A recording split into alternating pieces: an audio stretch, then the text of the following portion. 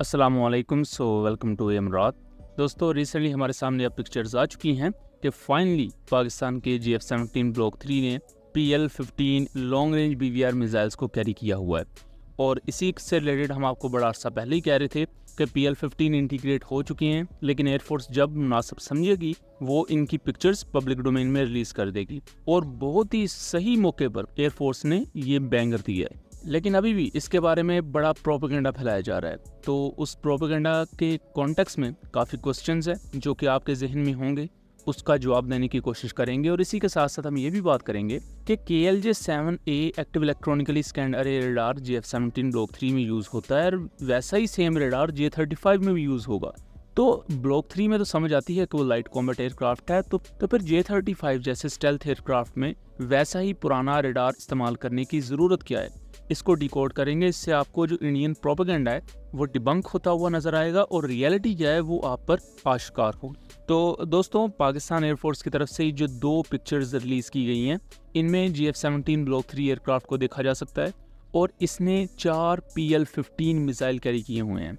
अब इससे पहले खबर ये थी कि Pakistani GF-17 maximum 2 PL-15 carry कर सकते हैं क्योंकि ये लाइट कॉम्बैट एयरक्राफ्ट है, बट यहाँ तो भाई साहब 4 कैरी किए हुए हैं। मीन्स कि पाकिस्तानी एयरक्राफ्ट की जो BVR कैरिंग कैपेबिलिटी है वो पाकिस्तान ने दुगनी कर दी है। वॉर टाइम सिनेरियो में हर पायलट ये चाहता है कि उसका एयरक्राफ्ट ज़्यादा से ज़्यादा BVR कैरी करे, क्योंकि ये बहुत ज़्यादा वाइटल रहता है।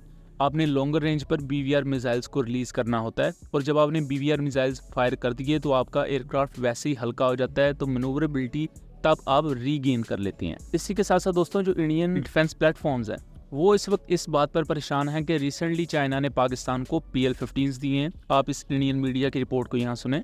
बड़ी खबर से शुरुआत करेंगे। चीन ने पाकिस्तान को PL-15 मिसाइलें भेजी हैं। इस वक्त की सबसे बड़ी खबर PL-15। और इसी के साथ साथ वो ये भी कह रहे हैं कि इनकी अभी पाकिस्तान ने कोई इमरजेंसी में इंटीग्रेशन की है। तो मैं इसका बताता चलूँ कि ऐसा कुछ भी नहीं है। मुझे ये बात कई माह पहले ही पता थी कि PL-15 ऑलरेडी इंटीग्रेटेड है एयरफोर्स के GF-17 ब्लॉक 3 पर, और हमने इससे पहले की यूट्यूब वीडियोस में भी आपको बताया हुआ है जो हमें पहले से फॉलो करते हैं। और हमने आपको तभी वाजे किया था कि जब सही वक्त आएगा तो PL-15 को अनवील किया जाएगा, अदरवाइज इसकी पिक्चर नहीं आएंगी।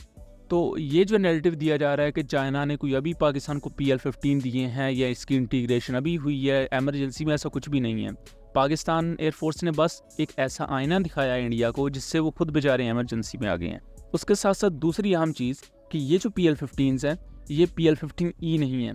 पाकिस्तान के पास जितने भी PL-15 हैं ये चाइनीज स्टैंडर्ड के जो ओरिजिनल PL-15 हैं 200 किलोमीटर रेंज के साथ आते हैं। ये सारे के सारे वो हैं, और इसी 200 किलोमीटर की रेंज के साथ ये साउथ एशिया के most dangerous and longer range BVR missile बन जाते हैं।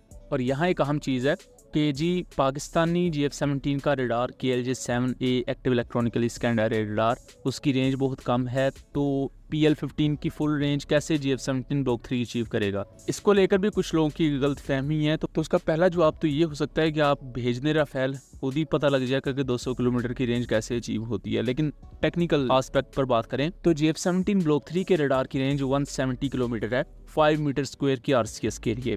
लेकिन अगर इसकी इंगेजिंग रेंज की बात की जाए तो वो 160 किलोमीटर तक जा सकती है। लेकिन चूंकि किसी भी ऑपरेशन में आपके जो AWACS एयरक्राफ्ट हैं वो भी साथ होते हैं, सो पाकिस्तान की जो BVR मिसाइल्स हैं इनमें ड्यूल गाइडेंस सिस्टम मौजूद है, जिसे हाइब्रिड गाइडेंस सिस्टम भी कह दिया जाता है।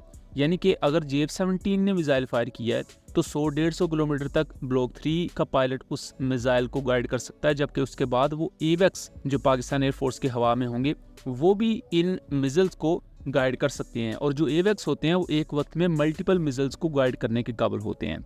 और जो ये पाकिस्तान के साब 2000 AWACS हैं करंटली, इनकी रेंज कम से कम भी 550 से 600 किलोमीटर के दरमियान है। सो जो एयर बैटल होती है वो प्रॉपर प्लानिंग और इसके साथ साथ इंटीग्रेशन पर बेस होती है। ऐसा नहीं होता कि सिर्फ एक एयरक्राफ्ट था उसने ही खुद से सब कुछ करना होता है। मल्टीपल दूसरे प्लेटफॉर्म्स होते हैं, वो जब आपस में इंटीग्रेट होते हैं फिर आप प्रॉपर एक हिकमत अमली बनाते हैं और मैदान जंग में परफॉर्म किया जाता है। और इसी के साथ साथ PL-15 की GF-17 ब्लॉक 3 पर इंटीग्रेशन के बाद ये दुनिया का वाहिद वो लाइट कॉम्बैट एयरक्राफ्ट बन चुका है जिसके पास इतना लॉन्गर रेंज का BVR मिसाइल है जिसकी रेंज 200 किलोमीटर है।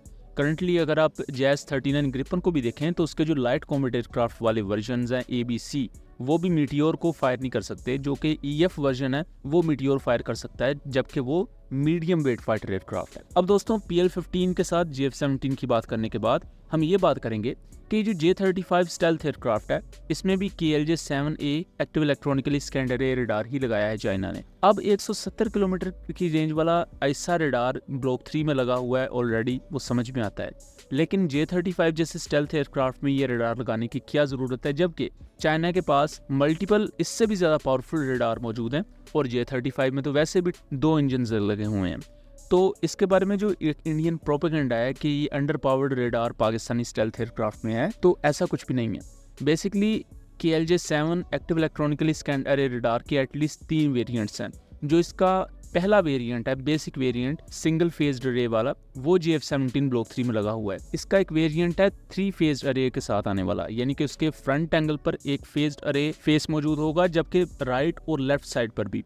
तो उस KLJ-7A active electronically scanned array radar की रेंज कम से कम 250 से 300 किलोमीटर के अराउंड है और मोस्ट प्रोबेबली वो वर्जन J-35 स्टेल्थ एयरक्राफ्ट में यूज़ किया जाएगा। तो जो KLJ-7 सीरीज़ के रडार हैं, ये कोई एक रडार नहीं है, ये मल्टीपल रडार हैं और हर पर्टिकुलर टाइप के भी आगे कई टाइप्स हैं। सो यहाँ जो KLJ-7A JF-17 में यूज़ हो रहा है वो डिफरेंट है और जो J-35 में यूज़ हो रहा है वो डिफरेंट है और वो बहुत पावरफुल रडार है।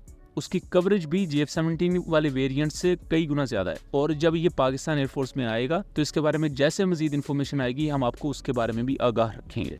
सो दोस्तों, ये था एक एनालिसिस। उम्मीद करता हूँ चीज़ें क्लियर रही होंगी। वीडियो पसंद आई हो तो इसे ज़्यादा से ज़्यादा शेयर कीजिएगा ताकि इस तरह की मज़ीद इन्फॉर्मेटिव वीडियोस हम आपके लिए लेकर आ सकें। मिलेंगे अगली वीडियो में, तब तक के लिए अल्लाह हाफिज़।